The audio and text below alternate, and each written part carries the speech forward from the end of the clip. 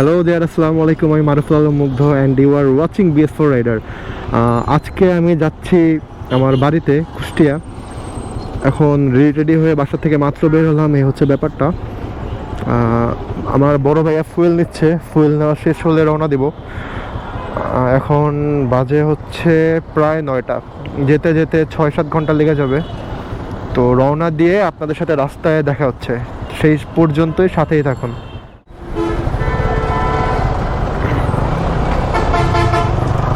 এখন আছি হচ্ছে আমিনবাজার ব্রিজে।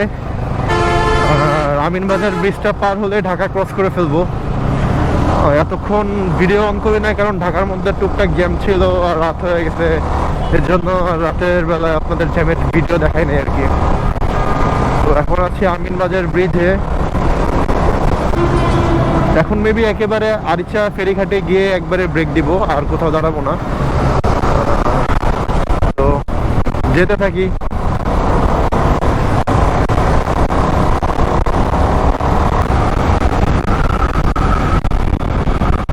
আজকে হচ্ছে আমার R15 ভার্সন 3 দিয়ে লং ট্যুর ফার্স্ট। এটা হচ্ছে আমার ফার্স্ট লং ট্যুর এই বাইক দিয়ে। এর আগে আমি এই বাইক দিয়ে লং ট্যুর দেই নাই। শর্ট ট্যুর বলতে মিডিয়াম ট্যুর দিছিলাম আপনার হচ্ছে গিয়া নোয়াখালী। তো নোয়াখালী হিসাবে লং ট্যুর বলা যায় না, কারণ 150 কিলো মাত্র। তো আজকের ট্যুরটা দেওয়ার পরে বুঝতে পারবো যে বাইকের পারফরমেন্স কেমন, বা ব্যাক পেইন দেয় কিনা, ব্যাক পেইন করে কিনা, বা হাতে পেন করে কিনা। হাতে তো অবশ্যই পেন করবে, কিন্তু ব্যাক পেন করে কিনা এটা আমি আজকে বুঝতে পারবো। আজকে জেনে আপনাদের সাথে আমি পৌঁছানোর পরে কথা বলবো এই ব্যাপারে, যে ব্যাক পেন করে কিনা। তো গাড়ির পারফরমেন্স আর ব্যাক পেনের ব্যাপারে যদি জানতে চান, তো পুরো ভিডিওটি না টেনে দেখুন।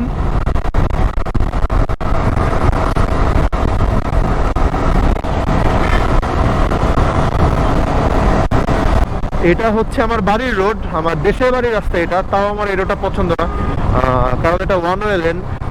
নবীনগর পার হয়ে গেলে এই রাস্তাটা অনেক প্যারাদায়ক হয়ে যায় সবার জন্য। আমার জন্য একা না, সবার জন্য প্যারাদায়ক হয়ে যায়। আর হচ্ছে গিয়া এই যে একটা চাপড়ি রাইডার আমার বামে আমাকে দেখে পিক আপ বাইরে শুরু করছে। আচ্ছা, এগুলো ব্যাপার না।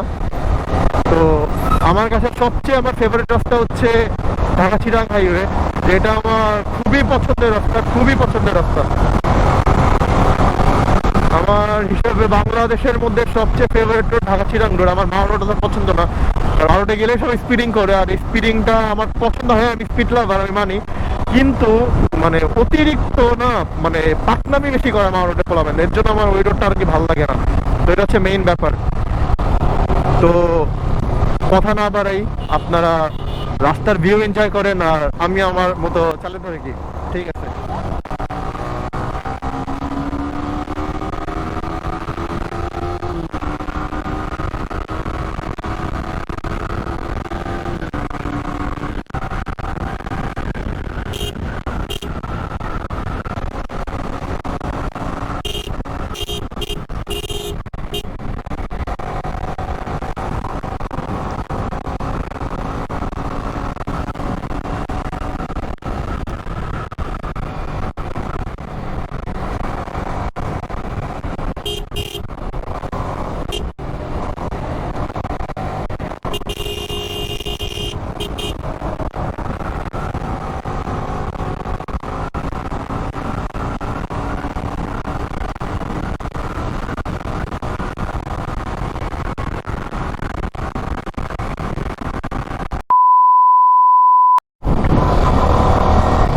মাত্রই একটা ইনসিডেন্ট হইতে হইতে বেঁচে গেছি।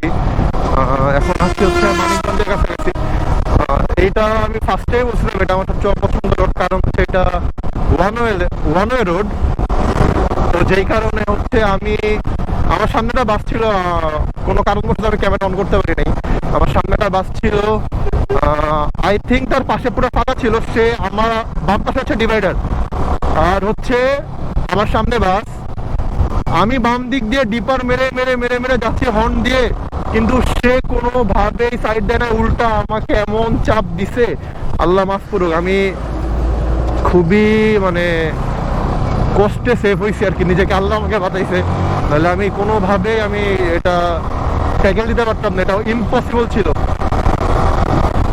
ক্যামেরাটা যদি অন থাকতো তাহলে বুঝতে পারতেন আমার সাথে কি হয়েছে একটু আগে। আমি একটু ভয় পাইছি, কিঞ্চিত ভয় পাইছি, কারণ স্বাভাবিক ভাই, আমার সাথে যেটা হইতে গেছে এটা যদি হয়ে যেত তাহলে অনেক বড় একটা ক্ষতি হয়ে যেত। আমি মোটামুটি সেফই রাইড করতেছি, কিন্তু আমাকে পুরাটা রাস্তা চাপ দিয়ে দিচ্ছে। পরে বাসটাকে আটকায়, তার সাথে আমি কথা বলছি, তাকে বুঝাইছি যে ভাই আপনাদের বড় গাড়ি, তো আপনারা তো ছোট গাড়িদের একটু বুঝবেন ছোট গাড়ি কোন দিক দিয়ে যায় না যায়। পরে তার সাথে আমার টুকটাক কথাবার্তা হওয়ার পরে আমি আবার দেন রওনা দিয়ে ক্যামেরাটা অন করলাম।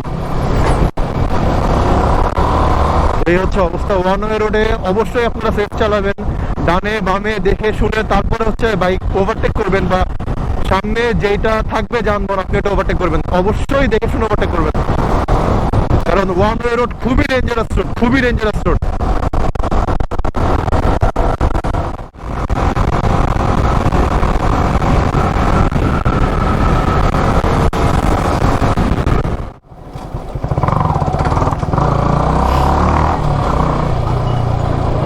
চলে আসছে আরিশা ফেরিঘাটে। এখন উদ্দেশ্য হচ্ছে ফেরিতে ওঠার।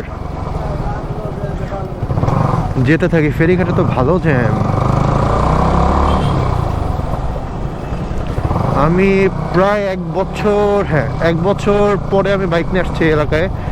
আমি ইদানিং বাইক নিয়ে আসি নাই, অনেক দিন হয়ে গেছে বাইক নিয়ে আসি নাই।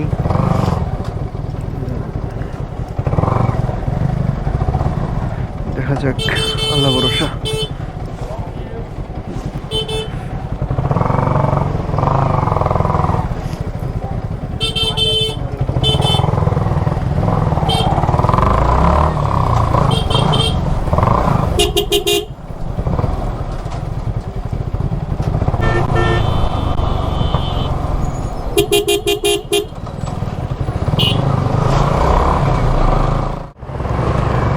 এখান থেকে মনে হয় ফেরির টিকিট কিনতে হবে। তো আমরা হচ্ছে ফেরিতে উঠে পড়ছি, হচ্ছে ফেরিটা লোড হওয়ার পরে আমরা জাস্ট রওনা দেবো। ফেরি পার হইতে মেবি মোস্ট প্রবাবলি 25 থেকে 30 মিনিট লাগবে, আর বাকিটা যদি কুয়াশা থাকে তাহলে একটু 10 মিনিট মতো সময় বেশি লাগতে পারে। তো যাই হোক, ফেরিটা পার হয়ে নামার সময় আপনাদের সাথে আবার আসতেছি, সেই পর্যন্ত সাথেই থাকবেন। 2000 years later. এইমাত্র আমরা ফেরি থেকে নামলাম।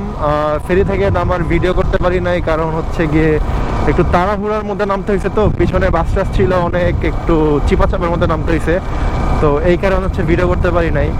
ইনশাল্লাহ যাওয়ার দিন আপনাদের ফেরি উঠা এবং নামা সব দেখাবো। তো আমরা একটু সামনে গিয়ে দাঁড়াবো, দাঁড়িয়ে নাস্তা করব, নাস্তা করার পরে হচ্ছে গিয়ে তারপর আবার রওনা হবো, কারণ আমরা রাত্রে না খেয়ে আসছি। আর ফেরিঘাট পর্যন্ত আমরা কোনো ব্রেকও দিই নাই, ডিরেক্ট ফেরিতে উঠছি। আর এখানে আমরা একটু থেমে নাস্তা টাস্তা করে তারপর আমরা চলে যাবো একদম ঝিনাইদহ। তো নাস্তা করে আপনাদের সাথে আবার দেখা হচ্ছে।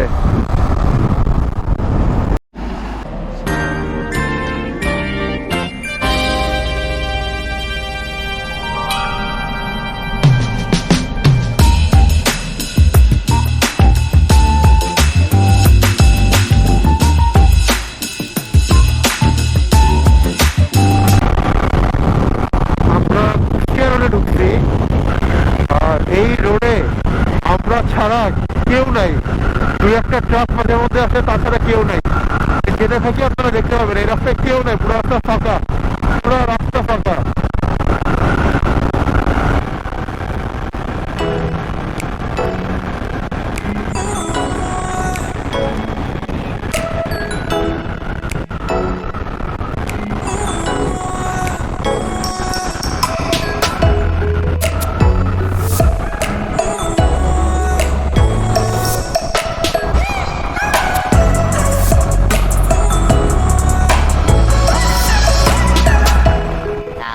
Years later.